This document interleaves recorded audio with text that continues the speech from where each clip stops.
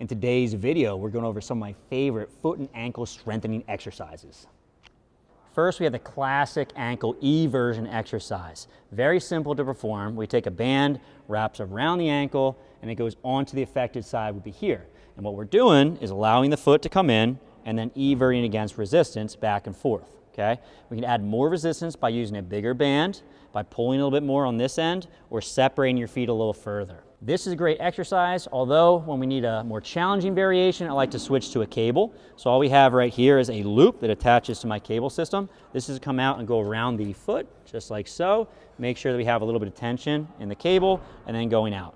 And one of the reasons why this is nice is A, we can load it a little bit more, and also the problem with a band is generally when you fully stretch it, it's very hard, so the end range of motion is very challenging, and then when you're back in the beginning of the movement, there's no band tension, so it's very easy. So it's a very weird band tension strength curve. If we add a cable, it's nice and smooth and consistent throughout the entire motion. Now we have the classic resisted inversion exercise. So a little bit more challenging to set up, but I'll walk you through it. Essentially, you have your patient sit down, cross one leg over the other. We take a band and have it anchored underneath the foot, comes back up, loops around the foot. So it's pulling the foot in this direction, and now you're just fighting up nice and easy. Great exercise, but just like classic eversion with a band, once you get to a point where this is too easy, we can make it more challenging by adding a little bit of cable resistance, okay? We would rather have Taylor probably sit in a higher box, so the pull is a little bit more downward, but just for video purposes, we'll keep this angle, and I think you'll get the point. So this cuff goes right around here, and then from here, I pull up against and allow it to come right back. Yep, a little bit more smooth tension compared to the band. It's really nice. Resisted pronation and supination. This is a great way to strengthen the outside of the foot as well as the inside of the foot. So the first one we'll start with is some supination. So what we're trying to do is lift the inside of the foot and weight bear on the outside of the foot, okay? And we can also go the opposite direction. So we're trying to flatten out the inside and lift the outside, resisted pronation. If we add a little bit of resistance to this, we can just take a dumbbell, go ahead and grab that dumbbell, Taylor, and then place it on your knee. So this gets a little bit more resistance, so you can get a little resistance to the inside and the outside of the ankle. If this is too easy, you want to make it more challenging, we can stand up next. Show me a few reps of supination and a few reps of pronation. Yep. If this is still pretty easy and you want to go one leg at a time, we can take your left side leg and put it up on that platform. Good. And then you want to put as much or as little load as you're able to. Ideally, we'd like to load this more. And then we're just helping a little bit with the left side leg, the contralateral side, okay? The other thing I like with this drill is adding a slant board. It just grants a lot of extra range of motion. One thing I will say is that if you have a fresh ankle sprain patient, I wouldn't do this as one of my first exercises. It can be provocative. So what we'll do is use a slant board, and here's the thing. This can be a little bit uncomfortable on the foot, so I like barefoot better, but if you're noticing your patient is just hurting too much, you can put a shoe on, okay? But the shoe also presents some problems as well. So you can see here we're getting a little extra range of motion to pronation, which has to work really hard to fight, okay? Let's flip to the other side. Good. So let's use the right side foot again. Yep, very good. So now you can see this is more challenging because there's more range of motion. She can use as much body weight as she needs to create more challenge. Next, we have everyone's favorite calf raises. Now, we can make this super simple and super easy. So think about post-op Achilles repair. First time doing a calf raise, we start here, right? So we can just sit and we can do a calf raise, picking the heel up, going as high as you're able to tolerate, back and forth. We can add a deficit. So we can take something like a step and put it underneath of Taylor's foot right here, and then we get some extra range of motion. So for all the variations we're going to talk about next, you can use a deficit or no deficit, okay? Once the athlete is getting stronger and you want to add a little more load, very easy to do this just by putting a dumbbell on the knee, yep, and doing a few repetitions here, okay? Once your athlete has graduated from seated calf raises, they want something that's a little bit more functional because basically we stand, walk, run in a sport on 2 feet. We don't do it seated. I like to use a front foot elevated calf raise. So what we do is we have Taylor stand up, spin, face the bench, and from here, one leg is going to go up on the bench. And before she does her calf raise, she can decide how much weight she wants on the backside leg. So she can put a lot of weight on the front side leg if she wants to be easier, and she can have the majority of the weight on the backside leg if she wants to be harder. So go ahead and do a few repetitions here. Let's swing the camera around just a little bit so you can see from the side what's going on. Excellent. Yep. And this looks great. And if you want to use full body weight, we can take that front foot off. Make sure you have a little bit of support. Usually I like to have someone hold on to something stable, but since we're filming this, we'll just use this dowel here. And you can do your single-legged calf raises here. And obviously, if we need a little bit more load, all we do is hold on to a dumbbell.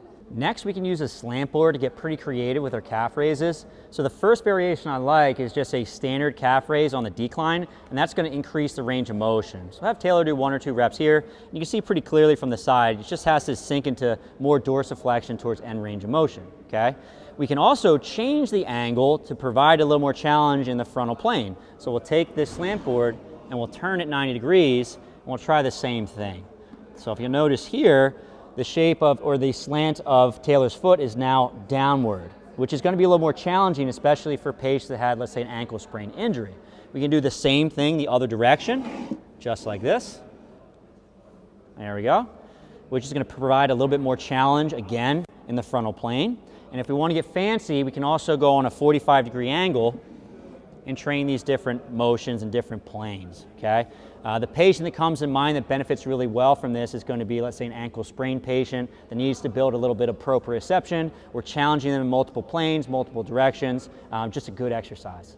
Now we're getting to the front side of the ankle, the forgotten side of the angle. We're going to talk about different tib raise variations to work the tibialis anterior and how we progress them over the course of time. My first variation I like, the easiest variation for your fresh post-op patients or patients that are very irritable, will be a seated tib raise. So essentially we're just having Taylor do her tib raises while seated, very little resistance, nice and easy. If we want to add a little bit more challenge, we do so by adding a little bit of weight. So let's put this on your knee here, Taylor. Good. I'll do a few repetitions. Now it's not a ton of resistance, but it's a little bit extra, okay, which is important. We want to be able to progress our patients over the course of time. If someone's doing really well with this variation, we can actually, you can relax here, Taylor. We'll stand up, we'll put your back up against this barbell, and we'll do some tib raises with your back up against the wall. Now, we don't have a wall here, so typically I just have my patients go against the wall. We're using a barbell, but now we have our full body weight, but it's 2 legs moved at the same time. If we want to advance this exercise, let's have you kind of come in a little bit more just so people can see. We're going to really challenge Taylor here. We're going to have her try to do this 1 leg at a time, okay? So the thing is, these are actually very, very hard. So one of the things you can do is use your opposite side leg to give yourself a little bit of assistance. So let's say she has 70% of the weight on the right side, 30% on the left side, okay? But again, very challenging exercise. And the last piece that we can do is we can extend the range of motion. So relax for 1 second, Taylor. I'm going to grab my trusty slant board right here. Let's have you stand up here, and I'm going to hold this so it doesn't slide on you. But we extended the range of motion. She's now on a slant downward, so there's more planar flexion in the beginning, and then coming up all the way. What do you think of this one? It's harder. Okay, good stuff. If we want to bias the tibialis posterior muscle with our calf raises, it's pretty easy to do this by taking a ball and squeezing it between your heels. So Taylor, go ahead and give me a couple repetitions, and while you're doing this, actively think about squeezing that ball on the way up and the way down. And hopefully that's going to bias the tibialis posterior a little extra. A great way to tie in the rest of the lower body but still bias the foot and ankle is by doing heel float variations of step-ups as well as lunges. Right here I'm going to show you a step-up, but the same rules apply for a lunge, okay? So you can see Taylor's foot is halfway off the edge. And what that means is that she can't really drive through her heel anymore. So now her calf and her foot has to work a lot harder than it normally would if the foot was flat. So let's have you do a few repetitions, Taylor. Yep. So great exercise, biases the foot and ankle a little bit more. The other thing it tends to do is it forces Taylor to drive her knee forward a bit more, which is going to put a little more stress on the knee and the quad. So good exercise overall. Another great way to strengthen the foot and ankle that's often forgotten about is going to be a simple sled push, okay? These drills are actually really nice when you're getting close to the point where you're progressing your athletes back to acceleration and sprinting, just because they mimic the forces very similar to accelerating, right? So we're gonna get Taylor in position to push this sled, and hopefully I can show you what I mean here.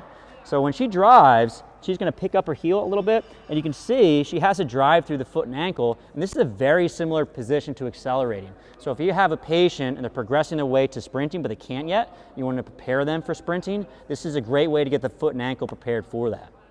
So that's it for the video. That's not it for the learning. I have another great exercise, a video in the corner. Click on that and keep on learning. Thank you.